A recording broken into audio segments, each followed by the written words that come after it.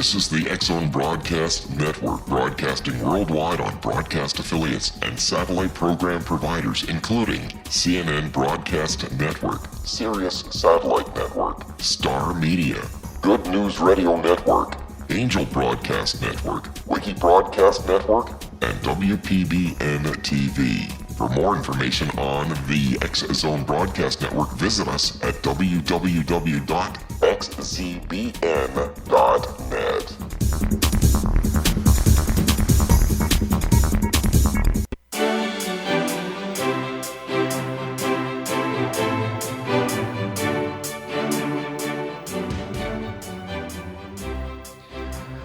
A vast universe exists within and beyond our reality. What we realize with our five senses is but a tiny fraction of all that is real. Welcome to the World Beyond Radio Show. I'm your host, Joe Weigant, and I'll be your guide and advocate as we remove the blinders of our everyday lives and experience together all that exists out there in the world beyond our world. Welcome back to the show, my friends. Today we have an exciting guest on. We have Barbara Stahura. Barbara began journaling in the 1990s as a result of the stress from a corporate job, and it began as a daily reminder and an outlet of her stress from that particular work. And in 1994, she made the break and became a self-employed freelance writer. During this time, she also moved to Tucson, Arizona, and back. In 2003, she married her husband, Ken Willingham, and 9 months after the wedding, he suffered a traumatic brain injury in a car accident. After being thrust into the role of a permanent caregiver and a rehabilitation provider, she was diagnosed herself with secondary traumatic stress, which is a cousin to PTSD. And she was told at that time that journaling was one of the best things that she could do to work through that particular issue. So this is what became her light bulb moment. And she began to experiment and research from those things and created in 2009 a program entitled After Brain Injury, Telling Your Story. She then focused that into a book of the same name, and to this date it is the only book that deals with journaling and brain injury. With this book, she spoke at several brain injury and Association Alliance conferences around the country and presented her book and some of her findings to some of the experts in the field.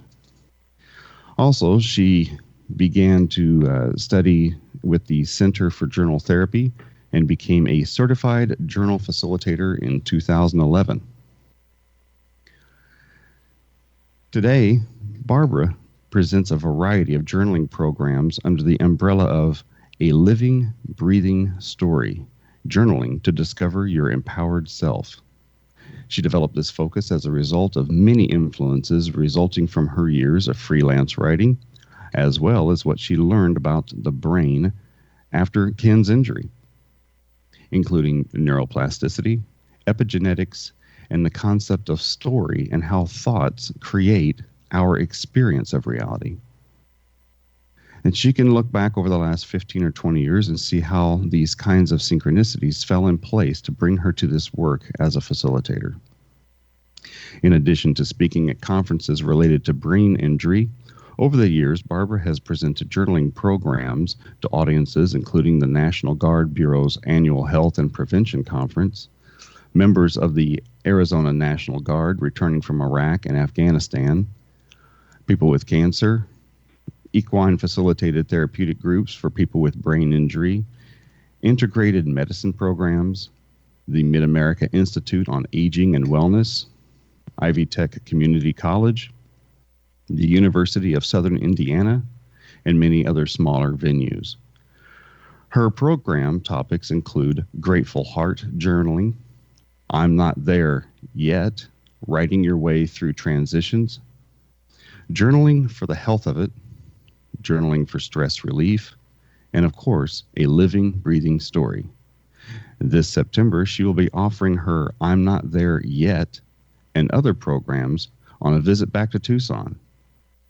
She is currently a member of the faculty of the Therapeutic Writing Institute. She lives in Newburgh, Indiana, with Ken, who is happily retired and well recovered from his injury. Welcome to the show, Barbara. How are you doing today? Hi, Joe. Thank you for having me on. I'm doing very well. Well, I really want to see how journaling and neuroplasticity and epigenetics all connect together to kind of create our experiences of reality. I think that's going to be very exciting in this next hour. I hope so, yeah. So when we come back from our first break, we're gonna get into some of those deeper topics of it. But what got you started into journaling, dealing with stress on this? Well, journaling is actually a very good way to deal with stress. And as you mentioned during the introduction, when I was in that corporate job, the stress got so bad that I was having all sorts of physical symptoms, and I was really depressed, and I needed a way just to release my thoughts. And at the time, unfortunately, a lot of what I did was just whine and complain in my journal, which is not really a very healthy way to do it. And I know better now, but it did help just to have a place to put down my thoughts and kind of see if I could start envisioning my future. So there are really many ways that journaling can help with stress. We're going to get right back to that as soon as we come back from our first break. My friends, you're listening to the World Beyond Radio Show. I'm your host, Joe Weigant, and we are talking with Barb Stahura. Stay tuned.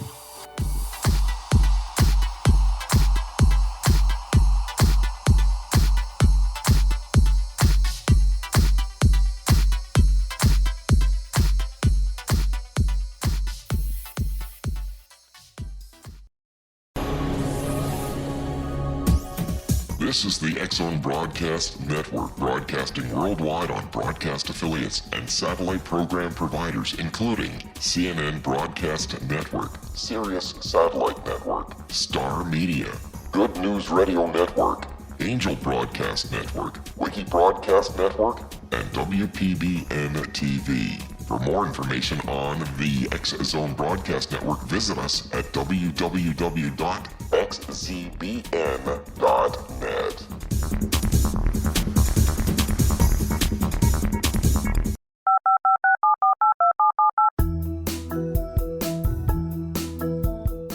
Did you know that when you're on the road with limited data or Wi-Fi, you can still listen to the X-Zone Radio Show with Rob McConnell, The Science of Magic with Gwilda Wiyaka, X-1, Dimension X, Space Patrol, and every minute of the X-Zone Broadcast Network by calling 213-401-0080, courtesy of Audio Now.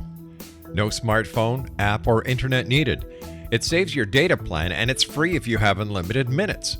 Call 213-401-0080 to listen on any phone, anytime, anywhere. Remember 213-401-0080 for the best of the paranormal, parapsychology, and sci-fi radio programming anywhere, 24/7, 365.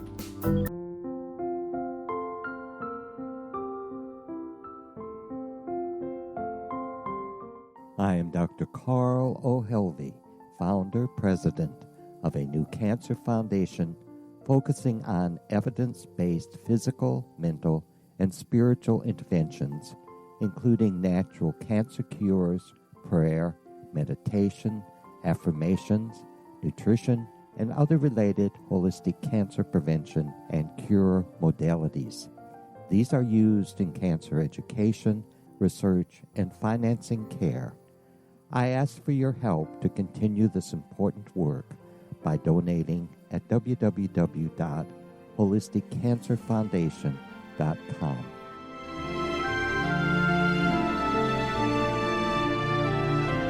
Hello, I'm Pete Marsh. With my daughter Justina, we will be presenting the new radio show, Too Good to Be True.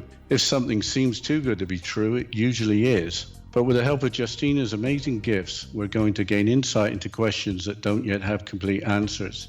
Have you wondered who built Stonehenge and for what reason? Why are crop circles found in the same region as Stonehenge and elsewhere? Are crop circles a hoax, or are they created with technologies that we have little knowledge of? Who built the pyramids in Egypt and also in other countries? How and why were they built? Was the Titanic switched with the Britannic as part of a gigantic insurance fraud, or for more insidious reasons? What caused the Tunguska event when trees were flattened over an 800 square mile area in Siberia? Will the new insights be too good to be true? Well, that will depend on what you are prepared to believe. Please join us as we start on this journey together. For more information on Too Good to Be True, visit www.xzbn.net. Little children aren't the only ones afraid of the dark. Millions of soldiers return from war zones with PTSD, anger, frustration, fear, and loneliness, much of which surfaces during the darkness of the night. You have the chance to change the lives of these American heroes. Songs and Stories for Soldiers.us provides free MP3 players for these men and women. With a list of 3 million songs in 16 different styles, 100,000 audiobooks, and 30,000 old-time radio programs, every veteran can find something to soothe and comfort them at no cost. All our players contain an 8-hour audio program designed to help veterans fall asleep. With 1,500 plus vets now participating, it's our goal to deliver 10,000 audio players this year. Go to our website at songsandstoriesforsoldiers.us. Help us help a veteran make it through the night.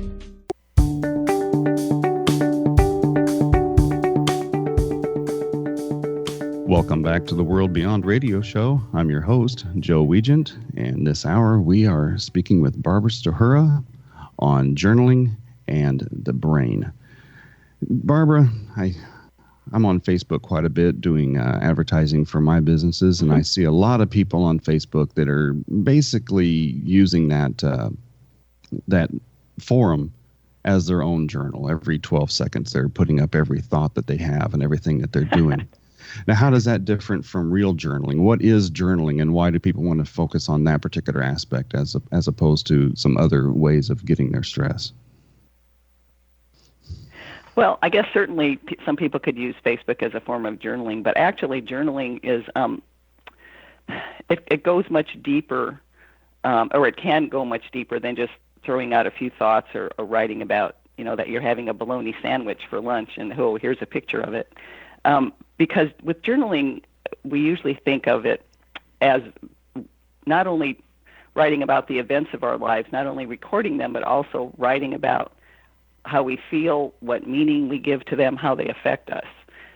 So it can really go much, much deeper than just a few sentences on Facebook. And and people can keep journal, for any number of reasons, including just simply having a record of their lives, but also things like finding their voice or working their way through a problem or some confusion, envisioning their future and looking for some clarity during a difficult time. And so people really can use their journals in whatever way appeals to them, because journaling really has no rules, which is nice. So how do you begin to use journaling during your work with people with brain injury? Well, I need to say, first of all, that I don't really, I'm not doing the brain injury work anymore. That ended last year after about 10 years. But I began by looking at Ken's experience way back in 2003 and 2004, and just writing about things that might help him. Because when you have a brain injury or a big trauma like that, and particularly a brain injury, your whole world can change. You can go from a really active, productive, articulate person to someone who has a lot of trouble with all those things. You might not be able to work again or anything like that. So you need a way really to look at your new story, the new story of your life, sort of explore it and find a new story and a new way to live. And journaling after brain injury is certainly not a cure at all. But what it does, it can help people who are able to journal after brain injury, help them find a little clarity, maybe discover some insights, and just give them the opportunity to look at their new lives in ways they really can't do any other way, because we can't do the same thing with talking or thinking as we do with journaling. Lots of people with brain injury have issues with memory and focus. and some of them seem Right. not to be able to interpret what they're seeing in their reality in the way that it actually is, but as the way that they perceive it. How can journaling help with that particular aspect of the way that they view things? Well, actually, that's true for all of us. Our reality is the way we perceive it. It is what we say it is. So it's not just really for people with brain injury, but in terms of memory and focus, a journal for people with brain injury, and even for all of us, can act like a memory book. I can't remember things that happened to me 2 months ago, even if they were significant sometimes. So if I have them in a journal, I can go back and look at them and say, oh, yeah, that did happen, and maybe did I learn something from it, or do I need to learn something from it? Just having those words on the page gives us an opportunity to go back and reflect, scrutinize them, and just remember what happened to us. You've moved your focus away from brain injury in the last year, and you are now working on a project called A Living, Breathing Story. What does that mean? And are we living, breathing stories? I think we really are. We all have heard that, oh, you have a life story, or you should write your life story. So we know we have a life story. And I've kind of made a distinction between the story we have and the story we are. And I like to say that the story we have, it's our personal account of who and what we believe ourselves to be, and that determines how we experience life. For instance, if I think of myself as a loser, that's how I'm going to experience life. If I think of myself as someone who succeeds quite a bit, that's how I'm going to experience life. So the story that we have, it's really based on the actual events and experiences of our lives. But that story comes from the explanations we invent to describe those events. Now, and we can talk a little bit more about that too, but let me just say the living, breathing story that we are is that's what creates the story we have. So the story that we are, it comes from this never-ending stream of consciousness that is always, it's creating physical, mental, and emotional changes within us. And we're not just like a mind and a body sort of stuck together. We're a mind-body, or a body-mind, you might say. And so our thoughts are constantly affecting our physical state of being. And so it's this constant flow of thoughts creating physical reality within us that creates that story, that living, breathing story. And it changes really, sometimes from moment to moment. Along those lines, if I have negative thoughts about myself, and those negative thoughts direct how I view the world, I'm going to direct more of that world toward myself and basically have a spiraling condition of more negative thoughts. How do I break that pattern? Right. Well, first of all, let me say that if you keep thinking negative thoughts or positive thoughts, whatever they are, if they're repetitive, that's where neuroplasticity comes into the picture, because our brain is always changing based on what we think. And so if we're constantly thinking negative thoughts about ourselves, that will help create those neural structures in our brain to keep us negative, and so we can really spiral down until we find a way to kind of get hold of that and stop it. And then we can turn our lives in a more positive direction with some effort, because we can sort of overlay those old neural structures and create new ones that can help us be more positive. So define neuroplasticity for us. What does that actually mean in the real world? Sure. Neuroplasticity is the ability of our brain to continue changing throughout our entire life. It used to be believed until actually very recently, and I think a lot of people still believe it, that our brains, they would grow and change until a relatively young age, like our late 20s, early 30s. And after that, forget it. It was just like downhill, into mental oblivion when we were old.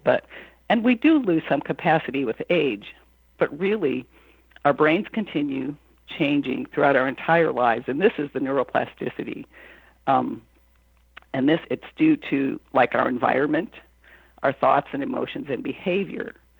There's a saying that goes, neurons that fire together, wire together. And that's what neuroplasticity is. If you keep thinking or doing the same thing a lot in a repetitive way, you're going to create those neural structures or change the neural structures that will keep you focused in that same direction, as we were just talking about negativity. So what are thoughts? How do they do that? Well, our thoughts, it's really fascinating. Lynn McTaggart, I don't know if you've heard of her. She's a writer, Yes. and she's written quite a few books about thoughts and, what reality really is. And in her book, The Intention Experiment, which I think might be about maybe 10 years old by now, but she says, here's a quote from her. It says, "A thought is not only a thing. A thought is a thing that influences other things."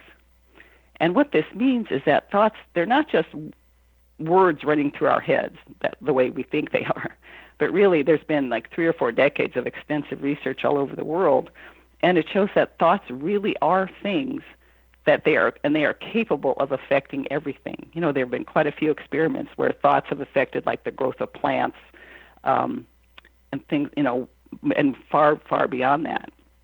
So what the evidence here shows, or suggests, I should say, that human thoughts and intentions, they are a real physical thing with the amazing power to change the world. So I think it would serve us well to pay really close attention to our thoughts. And we can take better control of them once we know what we're actually thinking. One of the authors who appeared in the movie and the book The Secret runs a website now called Thoughts Become Things, and his entire focus is that what you think, you create. Is this what we're talking about? Mm-hmm. Just basically creating our existence and creating our future by thinking what it is and how we want it to go. I think that is true. And I've become leery of saying that we actually create our lives with our thoughts, because I think that can be used in a wrong way. What I like to say is that our thoughts create our experience of reality, which is the same thing, but I think it's a better way of saying it, maybe a more accurate way of saying it, because it might not change the events in our lives, but it changes the way we react to them and respond to them, which really does make all the difference. At what point do our thoughts just simply become lying to ourselves about what is? If trying to create the positive out of bad situations, or trying to tell us that things are better than what they really are, or just basically flat out just trying to lie to ourselves. At what point does that start to happen, and how do you get out of that cycle? That's a good question. My quick answer is to say we lie to ourselves all the time, but not in any conscious way. And what I mean by that is that our brains have evolved to exist with story. And so we're constantly thinking up, again, and mostly not in any conscious way, ways to explain the events of our lives. For instance, let's say we have a job and we get fired. And we can say, well, it's because my boss doesn't like me, or my coworkers hate me, or maybe it's because my work didn't measure up. But whatever the actual reason is, we create some kind of explanation so that event can have meaning in our lives, so we can try to make sense of it. And that's what I mean by sort of quote-unquote lying to ourselves. We don't consciously lie, but our brains are always making up stories so we can make sense of our world and all the random things that happen to us. Did that answer your question? So in order to always make ourselves right or correct or more superior in any situation, we tell ourselves that we are, even though we may actually have been the fault of some of our own self-destruction. Oh, sure, yeah. It's really hard, I think, to have a really clear view of ourselves, because we all believe what we believe about ourselves. And that comes from childhood. It's based on all the experiences we have. And we have this idea of this self-image, and it's really hard to change our idea of what our self-image is, unless something really kind of brings us up short and we go, oh, wow, maybe I'm not the way I thought I was. What kind of events are those that make us realize that eventually? It's hard to say. It can be something really small. Here's an example. I was married when I was very young, like between 21, 25, and then I was divorced for about 25 years until I met Ken. And in between there, I had this idea that I needed a man to be happy. I'm going to have to stop you there for just a moment so we can go to our next break. Okay. We'll get right back to that as soon as we come back. Okay. My friends, you're listening to the World Beyond Radio Show. I'm your host, Joe Weigant, and we're going to be right back with Barb Stahura in just a moment. Stay tuned, please.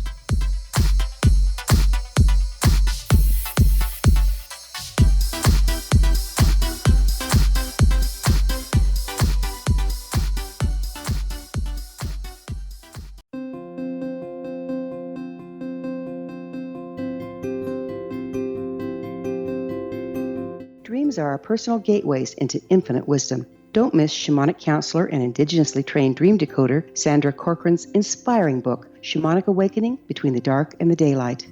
This remarkable work chronicles Sandra's 35 years of experience with diverse wisdom keepers and her initiations throughout the Americas and across the British Isles, Turkey, Greece, and Egypt. Sandy's knowledge of symbology, psychology, and myth influence her dream blog and workshops. Sandy offers private tarot readings, international journeys, a meditative CD, as well as her book, Shamanic Awakening, to encourage you as you navigate this earth walk, creating a deeper connection to yourself and all that is. Find this and more at Sandy's website, starwalkervisions.com.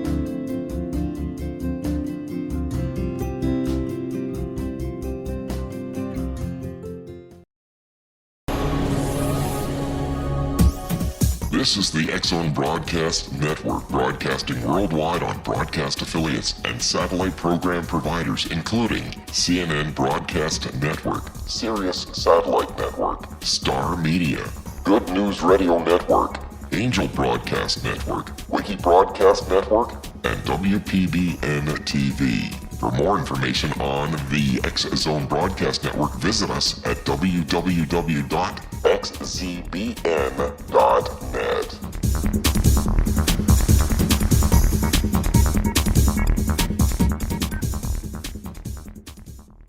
How would you like to be able to read other people's minds? Well, the next best thing is here. When you know how to read a person's name, you know how the person thinks, feels, and behaves.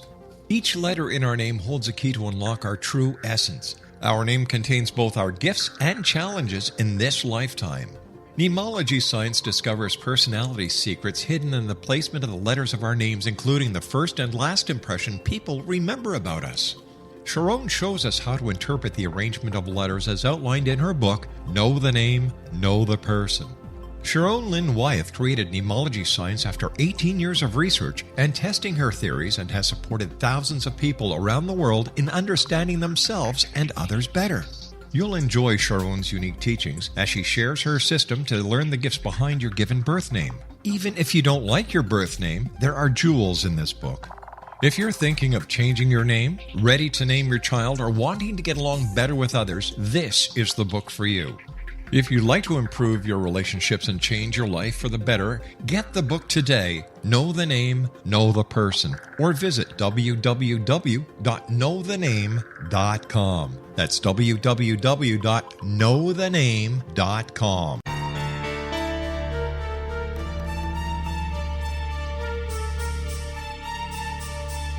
Hello, I'm Justina Marsh, and with my dad Pete, we are going to present a new show called Too Good to Be True. Together, we are aiming to discover more truths about this world and beyond. Do you have unanswered questions about the world?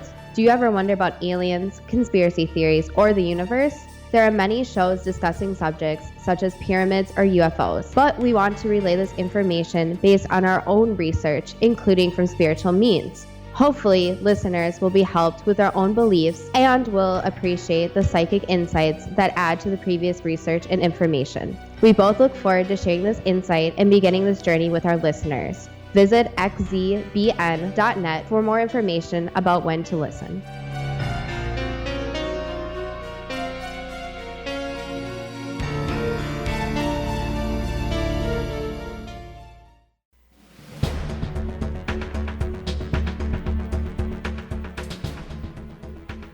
Welcome back to the World Beyond Radio Show. I'm your host, Joe Weigant.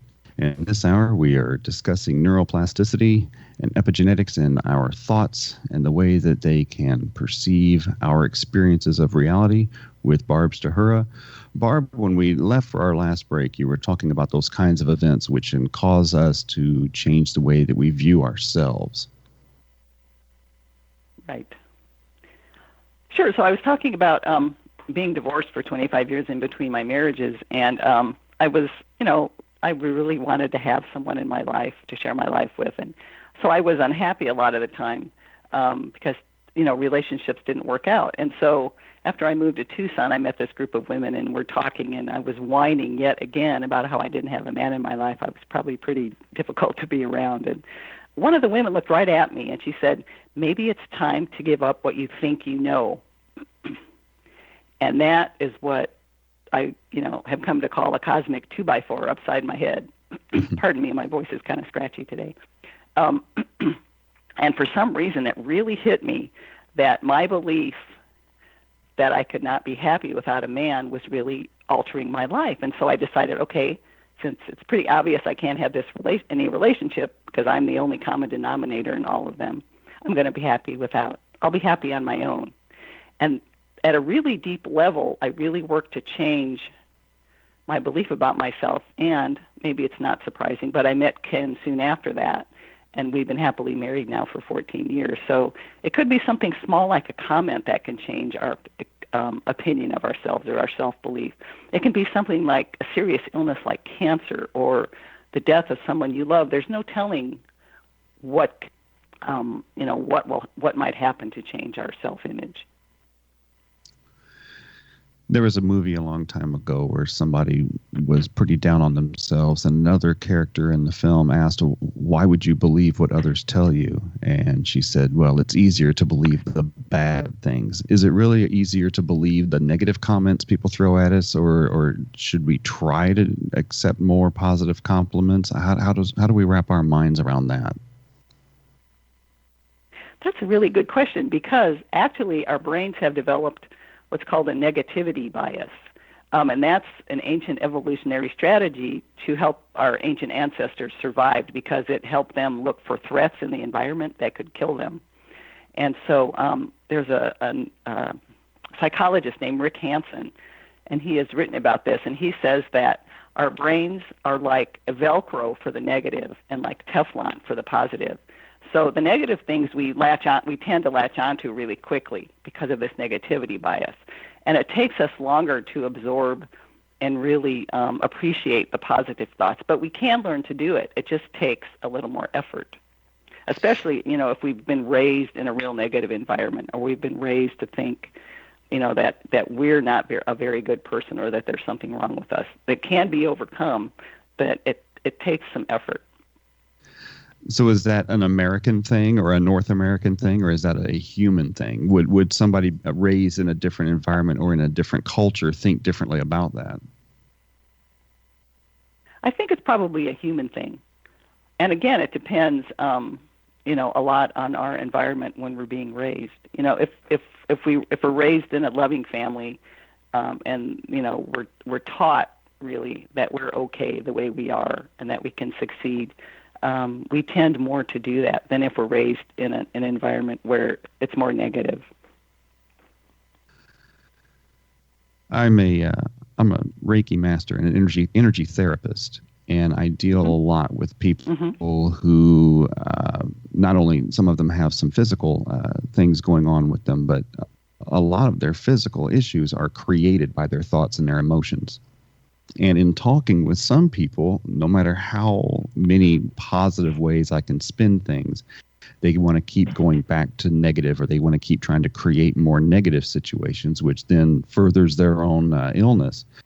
How does someone like me use the concepts of neuroplasticity to break through those negative barriers to get some people to think more positively about themselves or their situation?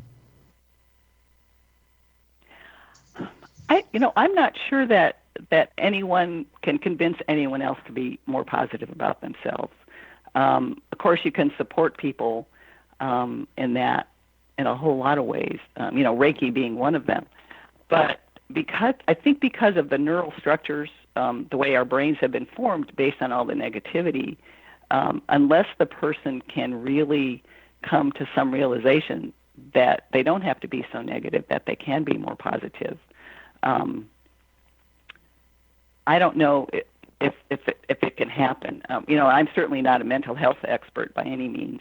Journaling, I think, could help sometimes. If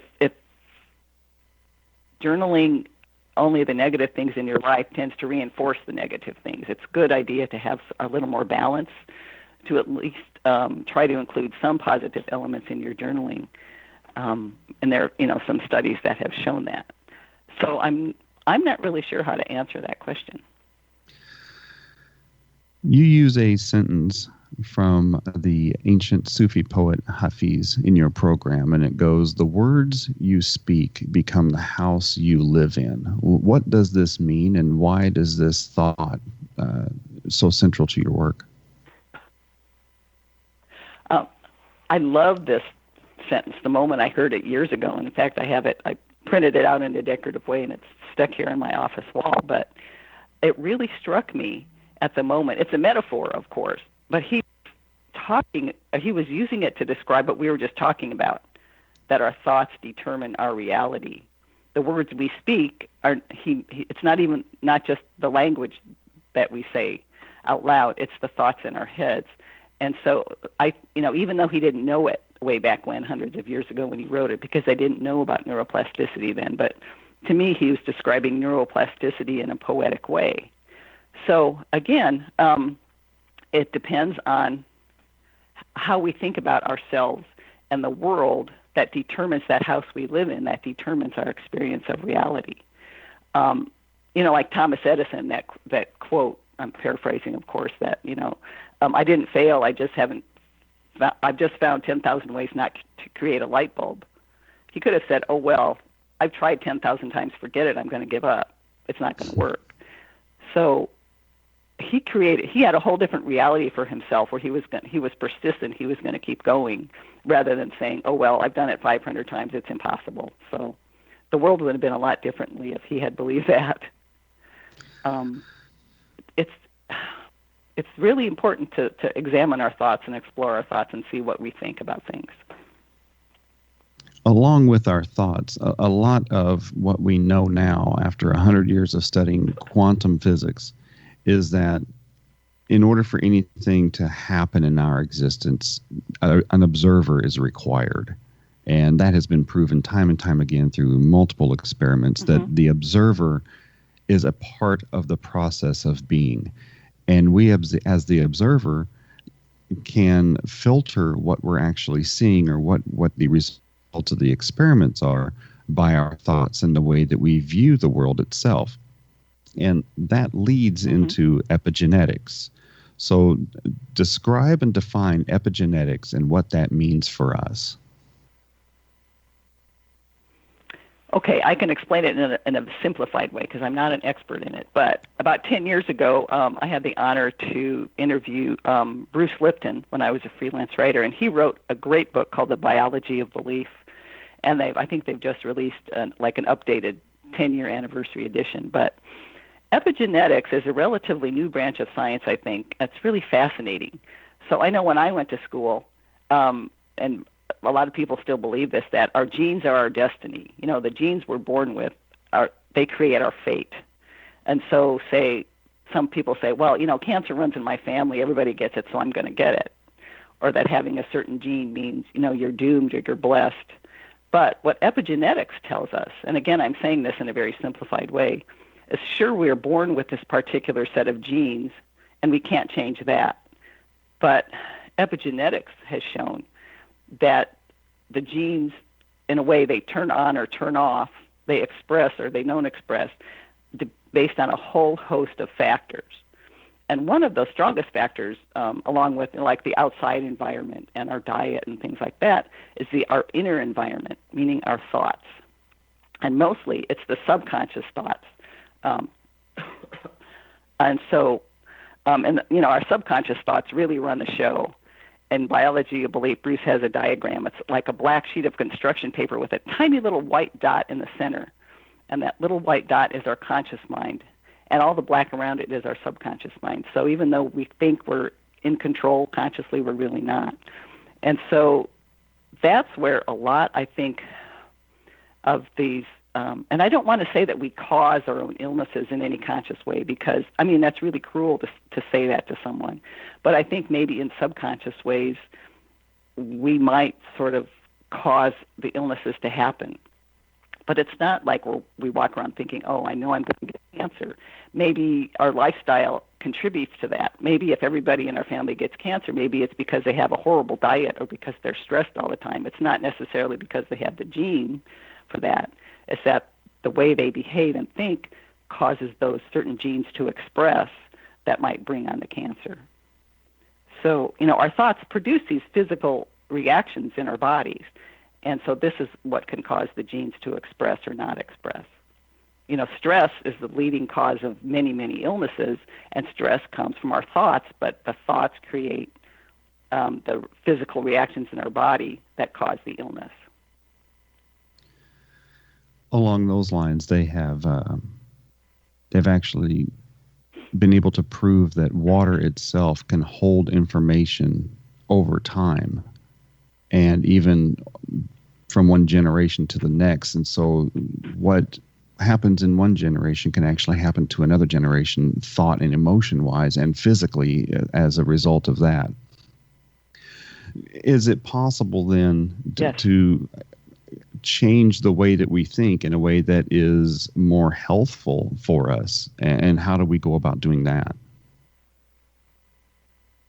Oh, we certainly can change our thoughts. I mean, look at how many people now are involved in fitness for themselves, personal fitness. They've learned to eat in a healthier way and to exercise. It is possible to change those things anytime. And talking about the epigenetic changes continuing through generations, that has been shown in some cases that epigenetic changes in one generation can carry down into the next couple generations. They've shown that with Holocaust survivors and maybe their children or their grandchildren, they have a different reaction to stress than people who were not involved in the Holocaust. And I know there have been some other studies, I can't recall any right now. But so epigenetic changes can continue far beyond, the person and the generation in which they happened. So, and if they're negative, they can also be positive. I think it would just take more effort to create it in a positive direction because of the negativity bias that we all have. So with a negativity bias that can be passed down from one generation to the next, is that why people who are part of successful families continue to be successful? And I don't want to say that the negativity bias is passed down from generation to generation. That's just the way our brains have evolved. And so we all have that. But I think it is true for the most part that a lot of the way we develop depends on what happens during our... Folks, you're listening to the World Beyond Radio Show. I'm your host, Joe Weigant, and we'll be right back in just a moment. Please stay tuned.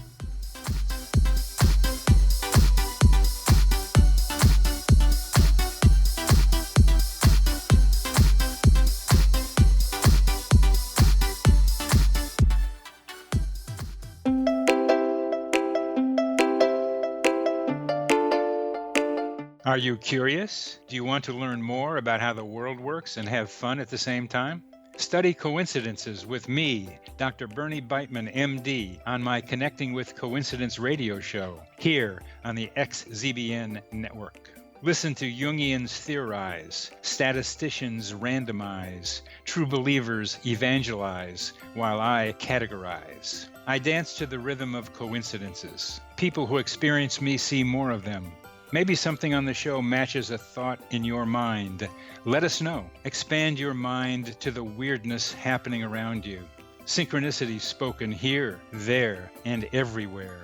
For more information, put Connecting with Coincidence in your search engine and find my website, my social media sites, and my blog.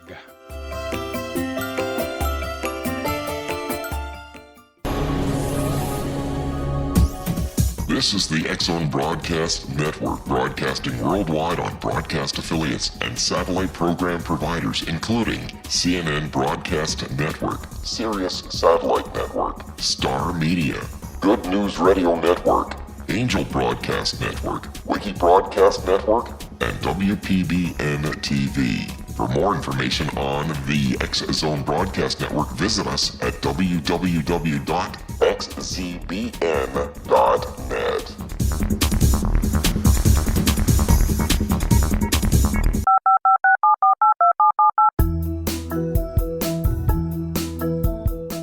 Did you know that when you're on the road with limited data or Wi-Fi, you can still listen to the X-Zone Radio Show with Rob McConnell, The Science of Magic with Gwilda Wiyaka, X-1, Dimension X, Space Patrol, and every minute of the X-Zone Broadcast Network by calling 213-401-0080, courtesy of Audio Now. No smartphone, app, or internet needed. It saves your data plan and it's free if you have unlimited minutes.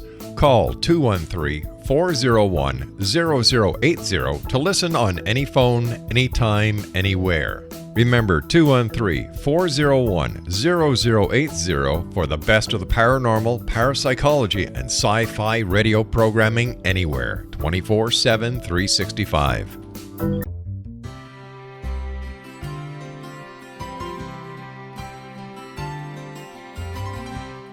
True healing must address 4 levels: physical, emotional, mental, and spiritual, for us to live joyful and productive lives. We tend to treat 3 of the 4, leaving the spiritual languishing. If you're tired of the same dysfunctional patterns cropping up in your life, Soul Balancing is for you. Trixie Phelps, owner and founder of Soul Balancing, is a naturally gifted energy healer trained in numerous esoteric forms, including shamanism. Trixie has created a powerful modality that safely and effectively clears your energetic field. A Soul Balancing session can remove interference, heal trauma, and restore your hope. Contact Trixie for a life-changing long-distance session today, www.soulbalancing.world.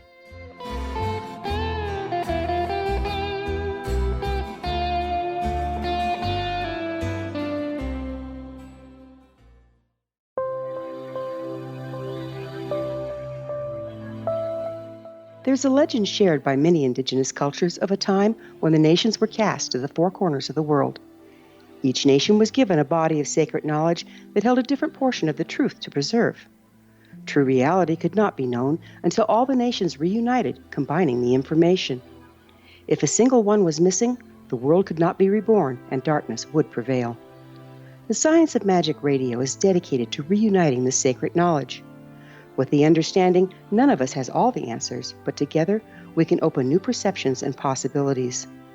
Through our combined vision, the world can be reborn into a place where darkness no longer prevails. Join me, Gwilda Wiyaka, and the Science of Magic daily on the X-Zone Broadcast Network, xzbn.net, or visit us at thescienceofmagic.net.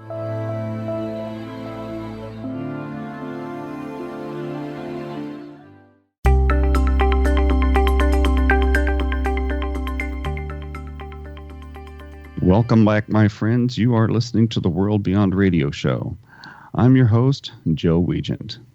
And as always, our show is produced and distributed by the ever-expanding leader in New Age, paranormal, alternative health, and supernatural programming, the X-Zone Broadcast Network and Relmar McConnell Media Company, at their corporate headquarters and master control in Hamilton, Ontario, Canada. To learn more about the World Beyond Radio Show, your host, or to discover a multitude of other amazing shows and hosts, please visit www.xzbn.net. To contact me to inquire about being a guest on the World Beyond, please email me at Joe Weigant, that's Joe, Weigant, at xzbn.net.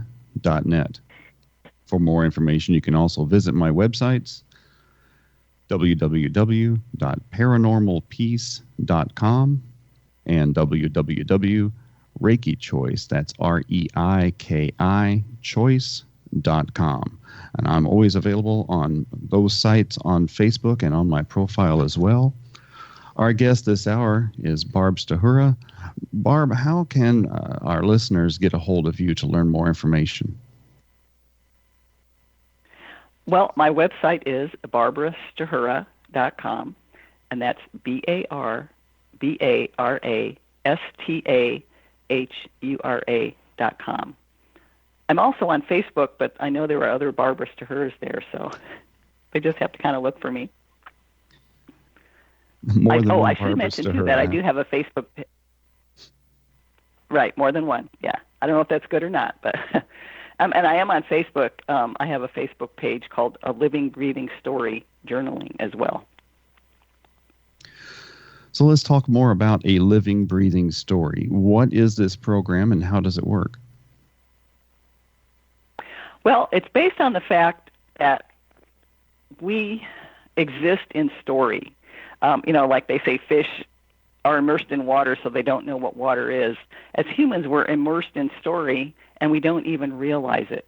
And in fact, we really cannot exist outside of that story because our brains have evolved to work with story all the time. That's just the way they operate. They tend to turn everything into stories so we can make sense of what's happening in our lives. And so, of course, the events of our lives are real, but as we mentioned earlier, we invent these explanations just sort of naturally and automatically. So once we know that we live in story, not only our own personal stories, but the historical and cultural stories that really are like the water that we live in, things like economics and religion and politics and the way we look at gender roles, all those kind of things. Once we start realizing that, we can start making conscious decisions if we want to believe them or not. Like in terms of historical story, it's like there's no logical reason why women should be considered inferior to men, or that people of one skin color should be considered inferior or superior to another one. It's just that long time ago, people made up stories to say this, and it's become part of our culture, and it's just kind of there now. And it's that water that we live in. So with journaling, though, we can learn to see these stories more clearly. And if we don't like them in ourselves, we can change them. And we don't always change through journaling, but sometimes you'll have an insight or a discovery and you say, oh, wow, that's not working for me anymore, or I didn't know I was thinking that, and I'm not too crazy about that. Maybe I can work to change it. So it's in the same way that mythology was simply a philosophical grasping at why things are the way they are, descriptions of nature, descriptions of the changing of the seasons, and those things eventually became the mythology of a culture. We can create our own mythology of existence and change those stories as we go then. Right. I mean, again, it's not necessarily easy, particularly if, the things we learned and picked up when we were very young, maybe up till age 7, when we're just like sponges and we have no defenses against anything, those kind of real basic foundational beliefs that we have about ourselves, most of which are unconscious or subconscious, those can be hard to change, but it is possible, whether it's through therapy or meditation or journaling or Reiki or whatever. It is possible to change. I believe it's always possible to change our lives in a more positive direction. So you use the concept of interbeing from the Vietnamese monk Thich Nhat Hanh to explain most of the importance of the understanding of the interdependence of everything. Without these infinite pieces of interdependence, we could not exist. So what does this mean? How do we make that real? We look at our hand. Look at your hand, and you say, "Oh, at the outside of my skin, that's where I end." We look at something on our desk and say, "That's my little calculator over there. That's where that ends." But really, everything is energy. And Joe, you know this very well. Everything is energy. It's just that the physical objects are manifestations of that energy. And Thich Nhat Hanh, he has a quotation. I don't think we have time for it, but If you look up interbeing with a hyphen in between inter and being, you could probably find it. But he shows how a cloud is floating in a sheet of paper. That's how he begins it. Without a cloud, there will be no rain. Without rain, the trees cannot grow. And without trees, we cannot make paper. The cloud is essential for paper to exist. And then he goes on to say that you can see the sun in the paper, because without sunshine, the tree couldn't grow, and the wheat that the logger couldn't grow. We are absolutely, totally interdependent on everything else in the universe.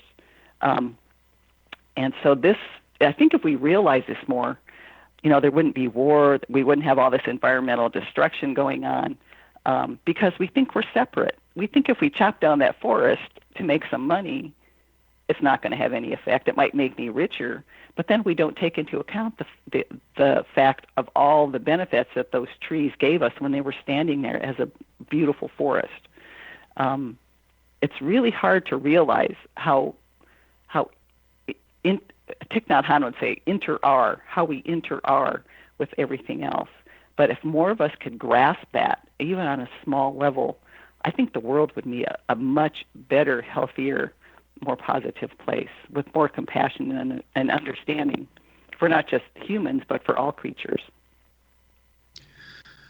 So which is more powerful and which is harder to change, our beliefs or our thoughts? Well, our beliefs are our thoughts. So it all comes down to change anything about something, you have to change your thoughts about it. So where do emotions come into play from this? I'm not really sure. Emotions, I think, are physical responses to our thoughts. If we feel really happy, in our bodies we feel light and sort of airy and uplifted. If we feel angry, maybe our stomach gets really tight in knots. If we get angry, if you pay attention to how you feel when you're angry versus when you feel happy, you can tell the physical difference in your body. And those thoughts that make us angry, they work on our body, and we start producing all these hormones and chemicals that can cause illness if we stay in that state for a long time. Versus if we're more positive and calm and happier, that produces a whole other set of chemicals in our bodies that keep us feeling that way, and that can help us stay healthier. I like to think of our existence as metaphorically like a light bulb, where just as the light does not stop at the glass of the bulb, our energy doesn't stop at our skin. And that which we feel and that which we think actually emanates out into the space around us. And, of course, other people can pick that kind of thing up. How do we go about changing our beliefs about something so that way our resultant thoughts and emotions can then improve? Well, I think, first of all, we have to realize that we can change our thoughts, which are our beliefs. And then once we realize that we can do it, we have to see maybe that there's some benefit to change it. I think a lot of us, we tend to be comfortable with whatever's familiar, even if it is uncomfortable for us or makes us unhappy, but that's what we know. So if we somewhere have a realization or an insight that maybe I don't have to continue believing this anymore, that's, I think, the beginning of the change. And again, journaling can really help with that, because when we think, we just have these sort of words running around in our head and they disappear. And the same thing happens when we talk. But when you write them down in a journal, whether it's paper or on a screen, however you do it, they become tangible. They can make your thoughts, that process can make your thoughts more manageable, and you can reflect on them and say, like we were talking earlier, you have this memory book. You can go back and look. You can even start to create and envision your future by writing about it in a positive way. Look into the future, date your page a year into the future, and write what your best possible life would be like then. And if you keep doing that kind of practice, that will start changing the neural structures in your brain, and that can lead you in that direction. I'm not saying that it will automatically happen, but it can help. You can help create more positivity in your life by finding ways to be more positive. Outstanding. So we can, in fact, write our own evolution. And we are reaching the end of our show today. It has been a pleasure having you on with us today, Barbara. Thank you, Joe. It's been my pleasure to be here. And folks, this has been the World Beyond Radio Show. We appreciate you tuning in, and please stay with us. We'll be back on another day. And thank you for tuning in with us today, folks. Have a great one.